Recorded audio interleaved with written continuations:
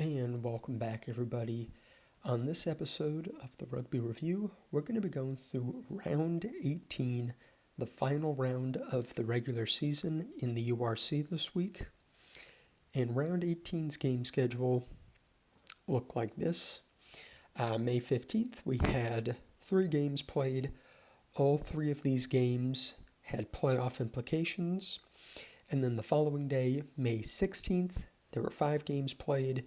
And the only game that really had major playoff implications was the very last game of the week. That was the Munster versus Lions game. So we kicked off this week with Cardiff versus the Stormers, and that game was followed by Edinburgh versus Connacht. And then the final game of May 15th was Ulster versus Glasgow. Following day, we kicked off with Sharks versus Zebre Parma.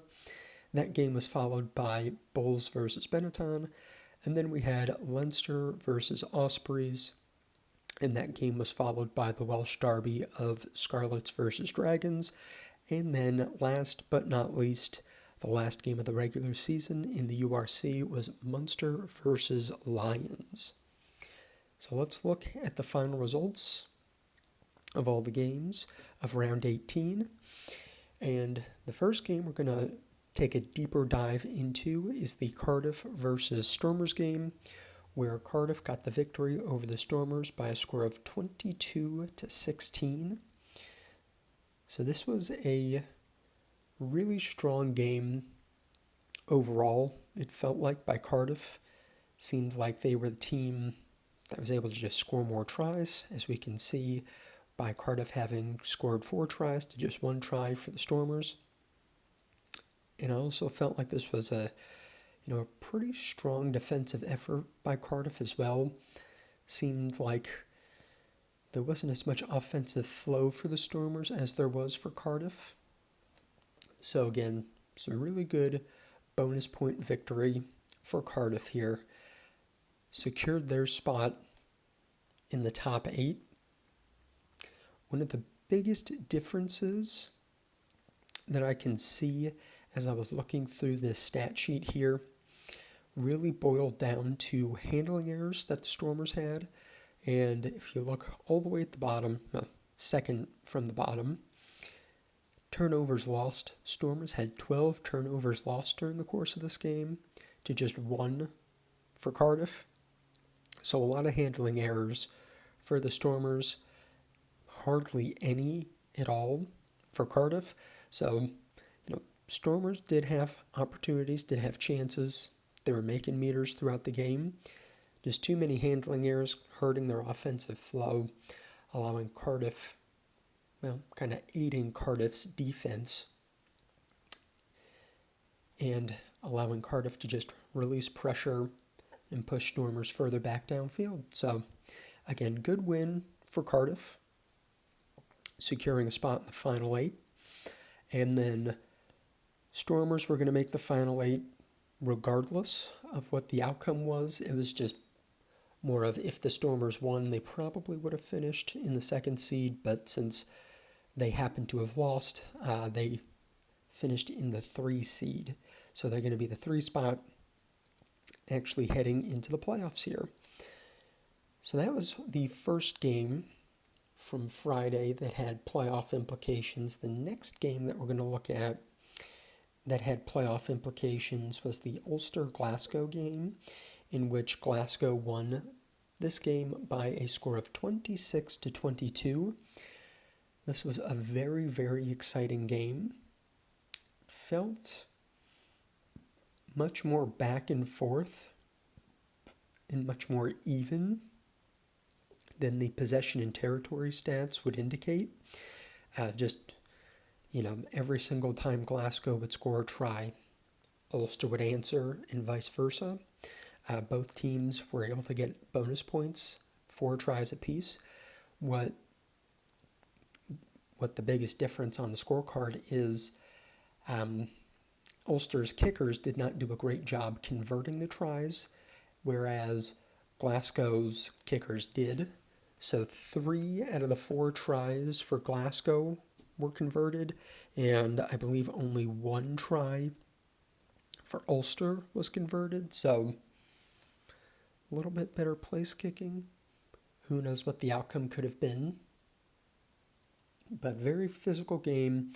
Ulster had to rely on their defense a bunch, as we can see by the number of tackles attempted. 288 tackle attempts for Ulster to just 109 for Glasgow. But that, it's a huge number, and it does make sense based off the possession plus territory stat being heavily skewed towards Glasgow. But credit to Ulster, when they got the ball, they were very effective and efficient with it. Despite only 30% possession, Ulster was able to gain 519 meters throughout the course of this game. So, not as much as Glasgow, but they weren't being left in the dust. So, very close, very competitive game here. This was a lot of fun to watch. With this victory, Glasgow secured the number 1 seed heading into the playoffs, so Glasgow will have a home game in the quarterfinals. If they make it to the semifinals, they'll have a home game, and if they make it to the finals, they will also have a home game. So very beneficial for Glasgow having this top seed going into the playoffs, and unfortunately for Ulster, they did not make it into the top 8 with this loss, and that's mainly due to the fact that Munster was able to get a victory in their game. So, tough break for Ulster. They were not able to make it into the top 8, but they do have the Challenge Cup Championship to look forward to, and if they win that game, they can be in the Champions Cup next year. So, still quite a bit to play for Ulster as the season continues on for them. And the next game we're going to look at is the final game from Friday's slate of games, and that is the Edinburgh versus Connacht game. And I feel like this is a classic Connacht game where they had to play a lot of defense, but despite playing a lot of defense, they were very effective and very efficient with ball in hand. On the other hand, I feel like this was also another classic case of Edinburgh being the much more dominant team, but not being able to convert their opportunities. So I think my points can be illustrated by looking at the possession, territory stats, and then we can look at meters gained plus tries scored as well. So again, Edinburgh was a very strong team. Statistically, they were the dominant team. Edinburgh had 61% possession, 66% territory, dominated in both of those stats. Yet, you just look at the meters gained. Dominated in both, but Connacht ended up having more meters gained during the course of this game. So despite the domination in possession plus territory, Connacht was able to be, again, much more efficient, much more effective. And with that 39% possession, 34% territory, Connacht gained 468 meters versus 466 for Edinburgh. So, despite the disadvantage in possession and territory, Connacht was able to do a lot more with their ball than Edinburgh was. And with that being said, Connacht was also able to secure a bonus point victory with 4 tries scored during the course of this game. So, if I was an Edinburgh fan, this would be another very frustrating game to watch. Just they had a lot of opportunities, they just were not able to convert again. And so going into the off season, they will definitely have to address that in some way, shape, or form. But anyway, this was a really good way for Connacht to finish the season. This is exactly what they needed to do to secure their spot in the final 8 in the playoff push. So again, with this victory, Connacht makes the final 8 as the 8th seed. And they finished this season winning the last 7 of the 8 games. So Connacht is not the team that you want to really see going into the playoff push here, but somebody's got to. So good win for Connacht.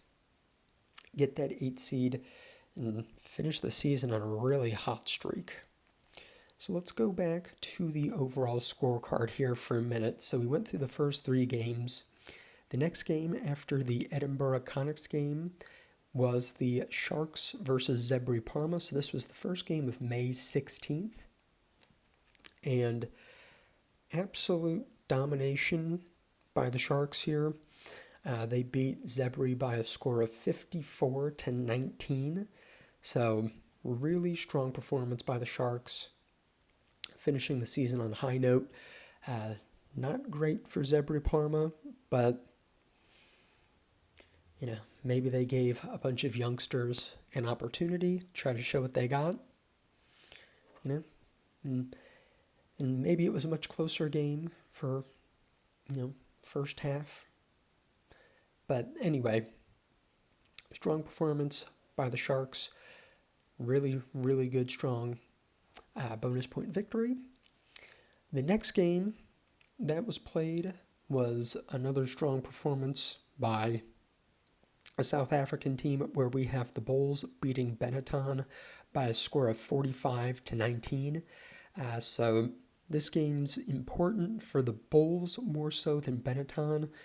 Bulls made sure that they won this game to secure as high of a seed as possible heading into the quarterfinals. So with that victory, Bulls secured the number 4 seed, which secures them a home quarterfinal matchup. So good win for the Bulls here as they head into the playoffs. Following game was the third and final blowout of round 18, where Leinster absolutely thumped the Ospreys by a score of 68-14. This game, just like the Bulls-Benetton game, is mainly important for Leinster, and again, for the exact same reason, seeding purposes. So with this victory, Leinster was able to secure the 2nd seed, actually.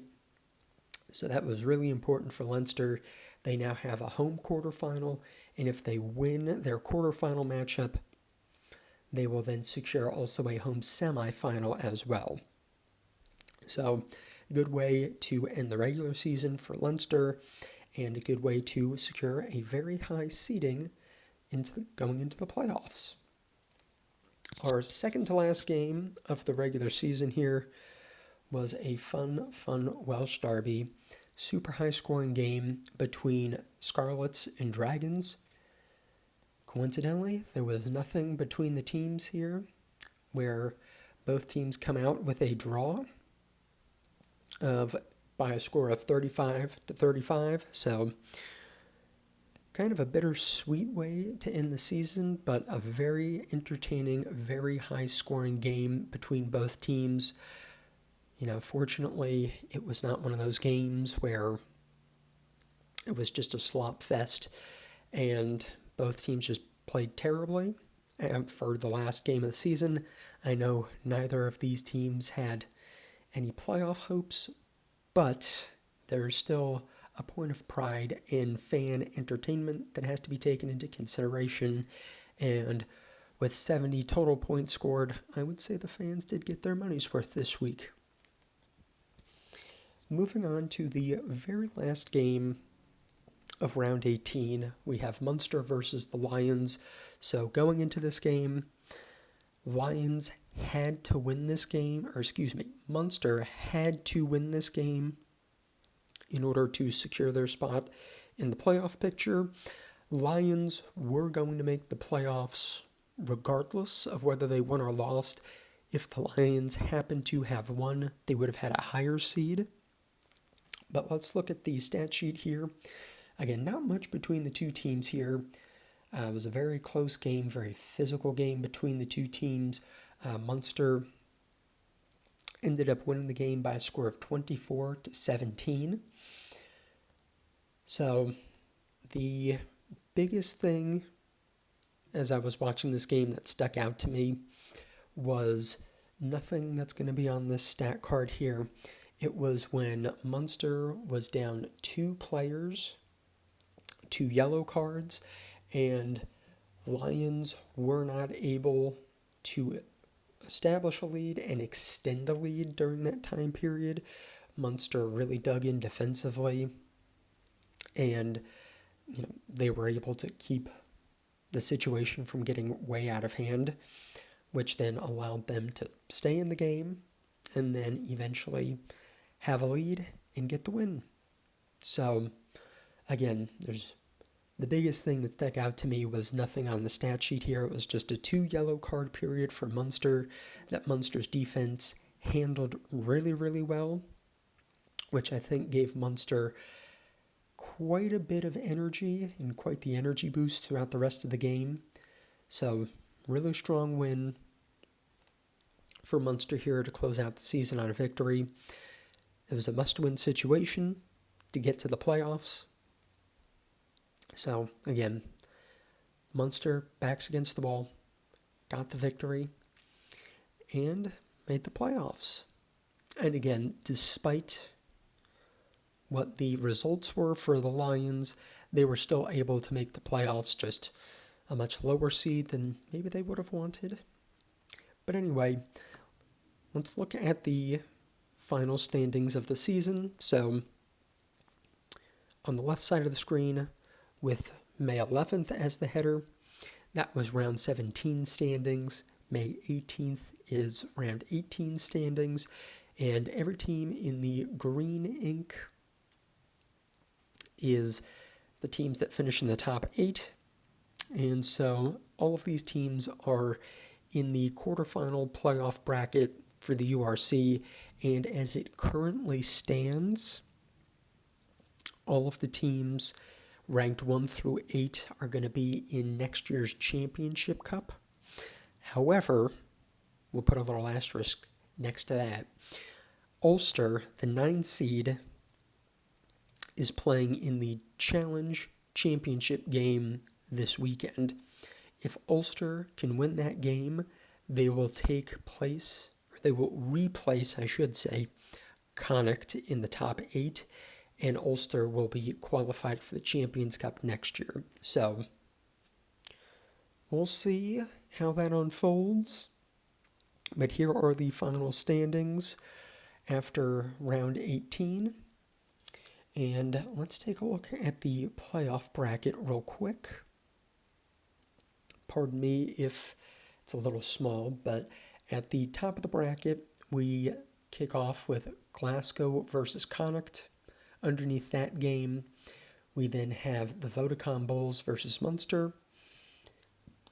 The next matchup after that is Leinster versus the Lions. And then the final game at the bottom of the bracket here, coincidentally, is a rematch of round 18, except instead of being in Cardiff, Cardiff is going to go down to the Stormers' home stadium. And again, we will have a round 18 rematch of the Stormers versus Cardiff. So that is all for this week, and that is it for the regular season of the URC. So this week we've got Champions Cup Championship game and Challenge Cup Championship game, and then the last weekend in May is when the URC playoffs will begin. So round 1, the quarterfinals, will be the weekend of May 30th, if I've got my dates correct. So a couple weeks to go, but some fun rugby, some entertaining rugby in the interim. So if you made it this far in the video, thanks for watching. I appreciate it. If you liked the video, please hit that like button, hit that subscribe button, and feel free to share this video with anybody you may know that may like it. And with that being said, enjoy your rugby this weekend, and I will see you next time.